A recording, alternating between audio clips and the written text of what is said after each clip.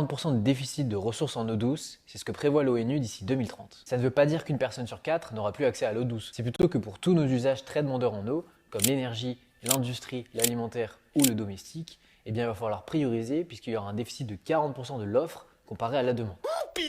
Pour répondre à ce défi, certains pays comme l'Espagne, l'Arabie Saoudite ou les États-Unis ont décidé d'investir dans le dessalement de l'eau de mer. Mais est-ce une bonne solution? Sur le principe, cette technologie paraît prometteuse. On prend de l'eau de mer, on y enlève le sel, soit par osmose inverse ou en la chauffant très très fort, et hop, de la nouvelle eau douce. Cependant, la réalité est plus complexe, et notamment sur deux aspects. Pour 1 litre d'eau douce obtenue par cette technique, on va créer 1,5 litre de saumure. Une substance super concentrée en sel que même les Bretons les plus aguerris ne voudraient pas toucher.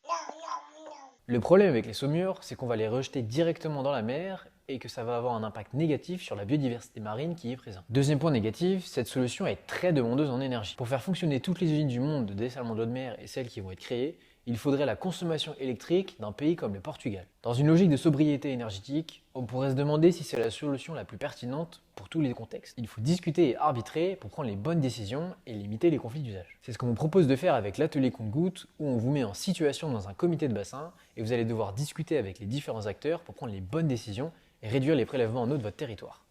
Si vous voulez en savoir plus, je vous mets le lien en commentaire des prochaines sessions gratuites à Paris.